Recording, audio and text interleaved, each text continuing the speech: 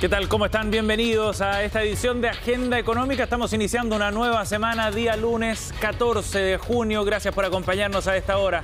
Bien puntuales, estamos arrancando con esta media hora de revisión de noticias del mundo de la economía, de los negocios y las finanzas para dejarlos completamente informados con lo que va a ocurrir durante esta jornada y adelantar algunos temas que están marcando la pauta en el día de hoy.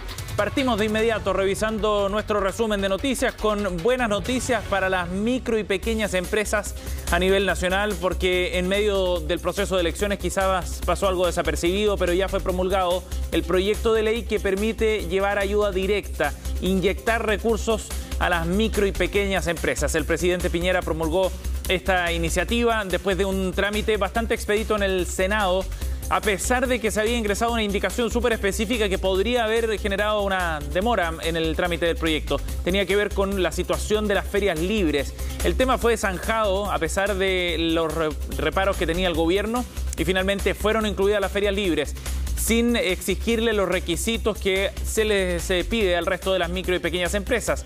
Para ellas solamente bastará con presentar su permiso municipal para poder acceder en definitiva a este $1.000.000 en bono directo que le llegará a las micro y pequeñas empresas, mientras que las que están formalizadas podrán también acceder a un bono de hasta $2 millones que tiene que ver con la devolución del IVA. En términos gruesos, el proyecto no cambió mucho en la Cámara Alta. Ya revisamos los detalles en unos minutos en la nota de Ivo Goich. Les contamos también que el gobierno está alistando cambios en materia de deuda pública para emitir deuda por $13.000 millones. Las presiones de gasto social que ha generado la pandemia, la crisis sanitaria, ha generado también o ha obligado más bien al gobierno a buscar nuevas fuentes de financiamiento y emitiría esta deuda por $13.000 millones. Lo complementa además con un retiro de casi $5.000 millones desde los fondos soberanos, según adelanta hoy día el diario El Mercurio. Todo esto, como sabemos, para poder hacer frente a este mayor gasto. Recordemos que se acaba de aprobar el proyecto de las MIPES, era parte de esto, un paquete de apoyo económico para las familias y para las empresas que va a significar más presión de gasto. El horizonte en ese sentido viene bien desafiante para el Estado de Chile y aquí hay dos señales claras respecto a cómo se va a ir financiando esta deuda. En momentos en que se abren otras discusiones, por ejemplo, sobre las exenciones tributarias, tema que estaremos abordando también en unos minutos más. Por otra parte, les contamos noticias que llegan desde el exterior en relación al precio del petróleo, bien preocupantes, porque está llegando a sus valores más altos desde septiembre del año 2018. Desde esa época que no se veían los precios, a esta hora el petróleo se está cotizando en torno a $71 por barril y eso va generando alguna preocupación porque la tendencia es súper clara al alza.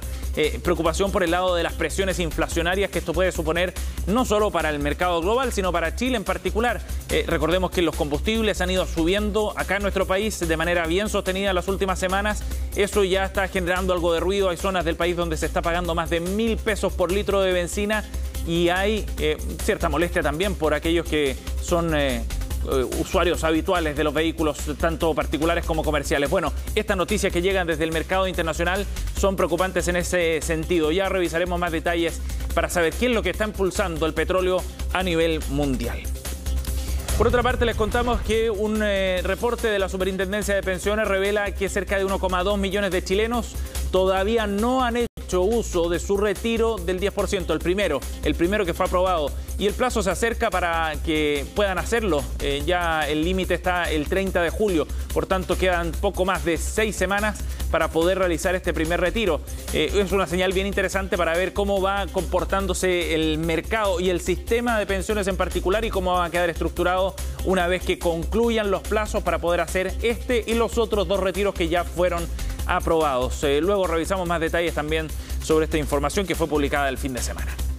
Por último, revisemos noticias de los mercados que a esta hora están operando con una cuota de optimismo bien importante, impulsados en particular por las expectativas que hay respecto a lo que resuelva la Reserva Federal de Estados Unidos esta semana. Estos son los números más importantes, los mostramos en pantalla. El Eurostock subiendo 0,07%, Londres subiendo 0,17% y se acerca a superar sus máximos históricos la plaza de Londres. El DAX alemán 0,05% de ganancia, el Nikkei un poco más temprano también subía 0,74%, sigue con su racha al alza y se encamina nuevamente también a máximos que no veíamos desde comienzos de este año en el índice japonés. ¿Qué pasó con la bolsa chilena en particular? El viernes pasado tuvo una subida de 1,18%. El dólar, por su parte, está cerrando en torno a los 720 pesos al alza nuevamente. El cobre, por su parte, para cerrar esta revisión de mercados, a esta hora está cayendo muy poquito, $4.50 la libra para la cotización del principal producto de exportación chileno. Bien, 8,7. Profundicemos en estos temas. Vamos a revisar detalles de inmediato de este paquete de ayudas para las micro y pequeñas empresas promulgado el fin de semana. El trámite fue bastante expedito en el Senado, en la Cámara Alta, y finalmente se despachó el proyecto el día viernes. El presidente ya lo promulga y de esta forma llega liquidez, que es lo que más necesitan a las micro y pequeñas empresas. Los detalles en la nota de Ivo Goich. Era una noticia que esperaban hace mucho tiempo las micro, pequeñas y medianas empresas en Chile. Nada de bien lo han pasado durante la pandemia, por lo que la promulgación de ayudas directas es un respiro para lo que viene. Sabemos que las micro, pequeñas y medianas empresas son parte fundamental de la sociedad chilena, del esfuerzo emprendedor, de la creación de empleos y de la identidad de nuestro país. Son las micro, pequeñas y medianas empresas las que le dan vida a nuestros pueblos, a nuestras ciudades, a nuestras regiones. Solo faltaba resolver una indicación que el Senado la mañana de este viernes rápidamente y de forma unánime despachó: incluir a los comerciantes de ferias libres en la entrega de bonos con cargo fiscal. Me parece bien que se haya incluido claramente lo de las ferias libres, patrocinado por el gobierno, que era lo que correspondía. Y con eso queda claro que son 800.000 las pymes que van a recibir una ayuda directa. Este es un momento muy importante para miles de comerciantes de ferias libres de todo nuestro país. No fue un camino fácil porque se trata de más recursos. Hubo que ampliar el universo de beneficiados por esta ley. El plan incluye el pago de un bono de $1 millón para micro y pequeñas empresas que hayan iniciado actividades hasta el 31 de marzo de 2020 y que sus ingresos anuales no hayan superado las 25.000 UF. Lo más importante es que empiece a llegar esta ayuda a las pymes que la necesitan con desesperación. Esencialmente, cuando aumentan las cuarentenas y toda la región metropolitana ya va a entrar a este sistema y no van a poder salir. Además, para aquellas que estén afectas al pago de IVA, habrá un bono adicional equivalente a 3 meses del promedio del IVA débito de 2019, con un tope de 2 millones. Bonos que aumentarán 20% en el caso que la titular de una empresa sea mujer. Estamos muy contentos porque esto de alguna forma marca un momento en que vamos a entregar alivio directo a las pymes y esperamos que esto también permita empezar un periodo de reactivación importante. Para recibir este monto, los beneficiarios deben cumplir con alguno de los siguientes requisitos: haber contratado al menos un trabajador durante el año pasado, contar con declaraciones de ingresos por ventas de 2 meses, ya sea en 2020 o 2021, o pertenecer a los rubros más golpeados por la pandemia, como gastronomía, eventos, cultura, turismo, belleza y peluquerías, gimnasios, transportes escolares y jardines infantiles. Bien, vamos a un tema que ya le contábamos en el resumen de noticias. Va generando algo de preocupación, sobre todo a nivel global, pero en particular acá en Chile tiene que ver con el precio del petróleo, que se está acercando a sus valores más altos desde septiembre del año 2018. El precio del crudo, ha ido subiendo de manera constante durante los últimos meses. Ahora se está cotizando en $71.31 por barril. Ese es el precio actualizado y hay evidentemente preocupación por lo que esto significa desde el punto de vista de las presiones inflacionarias, en un momento en que además hay mucha liquidez circulando a nivel mundial en general, y eso también supone otro factor de presiones del precio de los productos y servicios al alza, por supuesto. El precio del petróleo está bordeando los niveles que no se veían, como decíamos, desde septiembre del año 2018, y según Goldman Sachs, en un reporte publicado en el día de hoy, el precio del petróleo podría crecer incluso hasta los $80 por barril en el cuarto trimestre del año en curso del año 2021. Los expertos señalan que el mercado podría estar infravalorando, dice, el repunte de la demanda más allá de una posible reanudación de suministro por parte de Irán. Ya hubo un repunte importante en una reunión, o tras una reunión más bien, de la OPEP hace un par de semanas, el cartel de productores de petróleo, pero ahora Goldman Sachs está planteando que la demanda global podría aumentar también hacia finales de este año, lo que le da otro impulso, como decíamos, al precio del crudo y pronosticaron este mayor incremento que se experimentaría en los próximos 3 meses. Eso llevaría al precio del petróleo, si se cumplen los vaticinios de Goldman Sachs, a los mayores niveles desde el año 2014. Ojo con eso. Si uno va hilando con otros aspectos, como el alza en el precio del cobre, por ejemplo, y otras materias primas, el alza en los precios de alimentos, se está configurando un escenario que puede ser algo preocupante. De hecho, acá en Chile, el Banco Central, la semana pasada en su POM, ya ajustaba al alza la inflación anual para nuestro país en torno al 4%. Bien, revisemos otro tema. Les contábamos en nuestros titulares que el gobierno, según publica hoy día el diario El Mercurio, va a emitir deuda por 13.000 millones de dólares como una manera de recaudar los recursos necesarios que le permitan financiar los paquetes de estímulo y de ayuda en el contexto de la crisis sanitaria y de reactivación económica también. 13.000 millones de dólares que, sumados al retiro por 5.000 millones de dólares desde los fondos soberanos, le permitiría enfrentar entonces estas nuevas ayudas sociales que para el mes de agosto podrían sumar, escuche bien, 26.000 millones de dólares en total. Importante esfuerzo que está haciendo el Estado para poder enfrentar este momento de mayor gasto, por cierto, que se requiere en el contexto de la crisis sanitaria. Se entiende que este podría ser uno de los grandes esfuerzos, de los últimos grandes esfuerzos que haga el Estado en esta materia.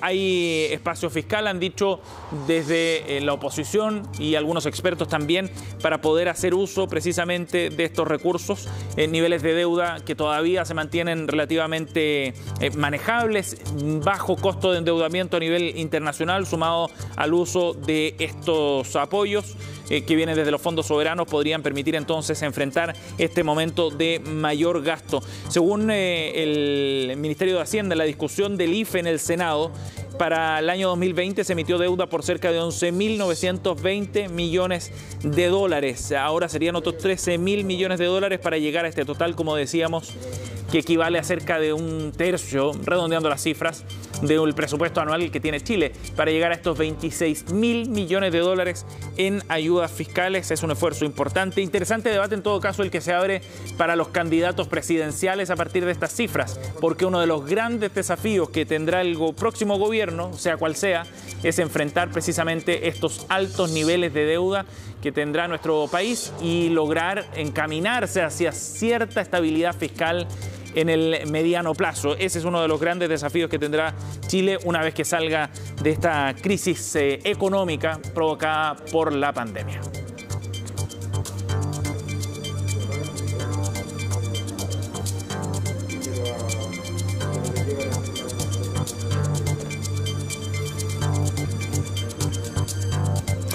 Bien, 8:14. Vamos a ir a otro tema para hablar de una discusión en el Congreso que ha ido tomando forma en las últimas semanas en relación al sistema previsional y al destino de los fondos previsionales. Después de 3 retiros que ya se han concretado, con un proyecto de un 4.º retiro, recordarán ustedes que surgieron propuestas para hacer un retiro total del 100% de los fondos previsionales. Bueno, la presidenta del Senado, la demócrata cristiana Jasna Proboste, entró a este debate también aclarando un punto que ha causado controversia, que tiene que ver con una eventual nacionalización de los fondos previsionales, proyecto que está en el Senado, firmado, entre otros, por la misma Jasna Proboste. Bueno, descartó que ese proyecto busque expropiar los fondos previsionales. En conversación con CNN Chile este fin de semana, la senadora de la DC aseguró que el falso debate busca proteger al sistema de pensiones actual. Escuchemos a la senadora por Atacama.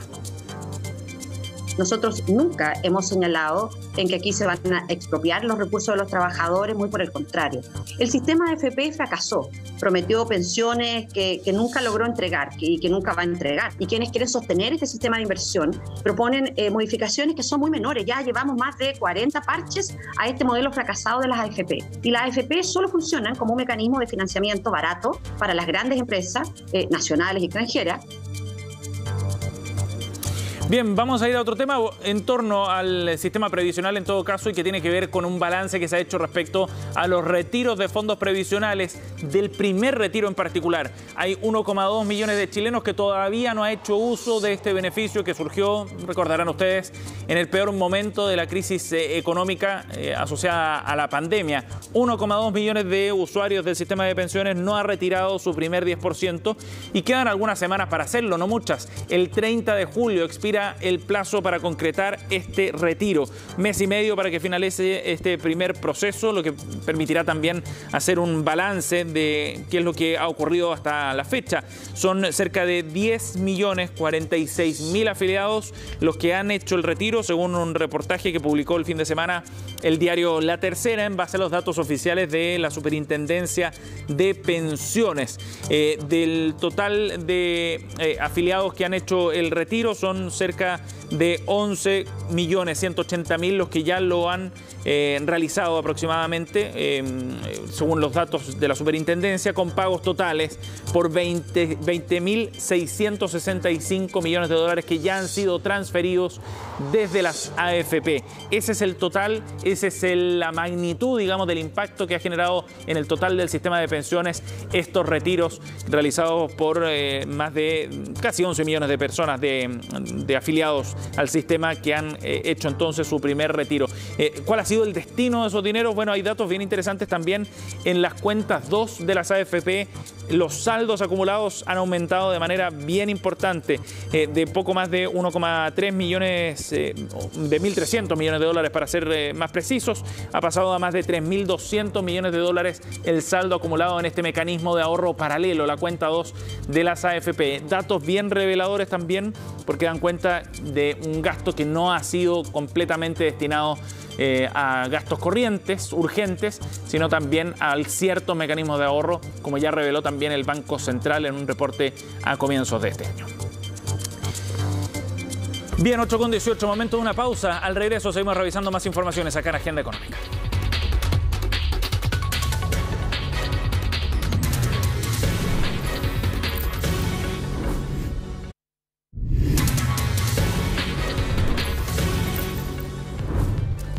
Ya estamos de vuelta con otra media hora, con otra información, otro bloque de Agenda Económica, y vamos a revisar información interesante en materia energética. Nuestro país sabemos que va a la vanguardia en esta materia a nivel global, pero lo que ocurrió la semana pasada marca un hito, otro más en este proceso de ampliar y diversificar nuestras fuentes de energía, con la inauguración de la primera planta de energía termosolar.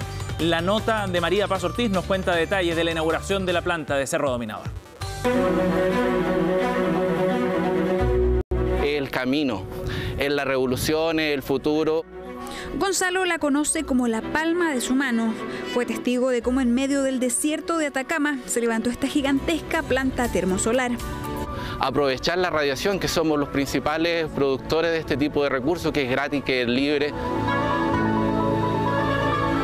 Es la primera de este tipo en América Latina y permitirá abastecer a más de 380.000 hogares con energía renovable y limpia. A mis espaldas los 10.600 espejos que lo harán posible. Espejos que técnicamente se llaman heliostatos. Para ponerlo en perspectiva, cada uno mide 140 metros cuadrados. Es el equivalente a una vivienda promedio. Estos son los encargados de dirigir la luz solar a la torre ubicada en el centro. En su interior, las sales fundidas alcanzan los 560 grados centígrados. Estas sales transfieren el calor a una turbina a vapor, la que genera la energía eléctrica. La diferencia es que las sales pueden almacenarse por más de 17 horas, asegurando energía limpia 24/7.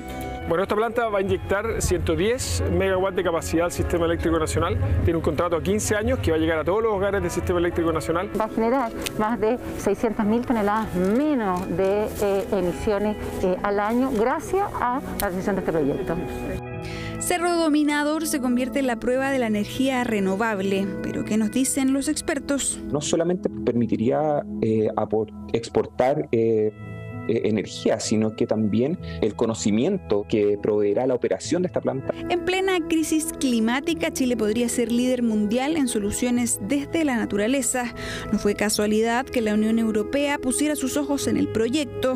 Por eso aportaron 113 millones de euros para su construcción. Chile tiene condiciones naturales idóneas para proyectos de este tipo y también el marco regulatorio favorece la atracción de inversión extranjera. Estamos desarrollando proyectos conjuntos, también por ejemplo en materia de hidrógeno verde. Otro de los combustibles del futuro que nace en la región de Magallanes.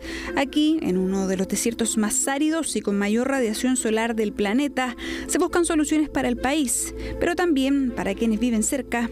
En las diferentes fases durante la construcción, al final ha estado envuelta entre 3.000 y 4.000 personas. Puestos de trabajo con énfasis en crear empleos para las mujeres de la zona. Ellas construyeron, de hecho, los heliostatos. Más de la mitad de los trabajadores de esa línea de fabricación eran mujeres, más precisas y más prolijas. Inaugurada de forma oficial. La pregunta es, ¿qué viene ahora? Nuestro objetivo siempre fue ser la primera planta y demostrar que esta tecnología funciona. Ahora está abierto para que otros jugadores se sumen. El desierto podría sumar energía solar y geotérmica. El sur ya piensa en el hidrógeno verde, pero en esta revolución energética, expertos llaman a no descuidar otros recursos naturales. No puede, por ejemplo, encontrar de qué acuífero están sacando el agua. Y tienen 127.000 y tantos metros cúbicos autorizados, pero resulta que al lado tienen la mina Spence. Son 2 lugares donde se van a estar extrayendo agua al lado del Loa. Es el inicio de una nueva era energética en el país, una consciente del cambio climático, con sello verde y renovable, con el objetivo de cumplir la meta de convertirnos en un país carbono neutral para 2050. 8:26, vamos a ir a otro tema porque a contar de julio todos los trabajadores que asistan de manera presencial a su lugar de trabajo deberán contar con un seguro COVID-19. Esto está establecido por ley, será una obligación para los empleadores. ¿Qué es lo que cubre, qué es lo que no cubre este seguro? Es parte de lo que vemos en la siguiente nota de Belén Saldías. Miedo a contagiarse y exponerse a lugares cerrados son parte de las razones que han obligado a las empresas a optar por el teletrabajo. Sin embargo, poco a poco la presencialidad ha vuelto a tomar fuerza y como una forma de incentivar este regreso, el gobierno implementó un seguro obligatorio a cargo del empleador para todos los trabajadores ante un eventual contagio de COVID-19. Pero, ¿qué cubre este seguro? Va a cubrir el diferencial de lo que primero opera la FONASA o la ISAPRE respectiva, y ese diferencial, ese copago, lo va a cubrir el seguro, de manera que el trabajador no tenga un gasto económico por si lamentablemente se llega a contagiar. También tiene un seguro de vida por 180 unidades de fomento. El seguro tiene una vigencia de 12 meses con un valor tope de 14.000 pesos aproximadamente por cada trabajador. Este deberá ser contratado por todas las empresas sin importar el rubro, quedando excluido solamente el sector público y los independientes. Todo empleador, persona jurídica o persona natural, no importa el tamaño de la empresa, persona natural que tenga trabajadora de casa particular en su casa, también tiene que contratarlo. O sea, todo empleador tiene que contratarlo para su trabajador que esté presencial o semipresencial. El seguro obligatorio asociado a la Ley Protocolos de Seguridad Sanitaria Laboral COVID-19 no opera para trabajadores independientes, ya que es solo para trabajadores del sector privado con contrato de trabajo sujeto a la regulación del Código del Trabajo. Una medida con la que las autoridades esperan garantizar la seguridad a la hora de volver a la presencialidad en los trabajos. Nosotros estamos despachando una serie de oficios desde el Congreso para exigirle a la Dirección del Trabajo que se constituya, obviamente, en terreno para que esta ley en los hechos se cumpla. Inspecciones que estarán a cargo de la Dirección del Trabajo y que también se pueden denunciar de forma anónima. Pero, ¿qué ocurre si me contagio y mi empresa no contrató el seguro? Bueno, en ese caso el empleador va a tener que cubrir los mismos beneficios o coberturas que hubiese tenido ese trabajador si hubiese tenido el seguro vigente. O sea, ese copago de la hospitalización no lo va a pagar el seguro porque no va a existir, pero lo va a pagar el empleador y todas las demás coberturas del seguro las va a tener que pagar el empleador en ese caso. El plazo para que los empleadores contraten este seguro obligatorio es hasta el próximo 4 de julio. 8:29, estamos cerrando agenda económica. Antes les recordamos que hay que estar atentos a lo que va a ocurrir a las 9:30 de la mañana. Se entrega la encuesta UC de desempleo. Cifras para analizar el mercado laboral. Ojo con este estudio que permite adelantar parte de lo que vaya a reportar el INE en esta materia en un momento en que sabemos el desafío es enorme por crear nuevos puestos de trabajo en nuestro país. 9:30 entonces la encuesta UC de empleo. Nos vamos, gracias por acompañarnos en Agenda Económica. Ya viene Jacinta Molina, las noticias internacionales en Conexión Global. Que tengan un buen día.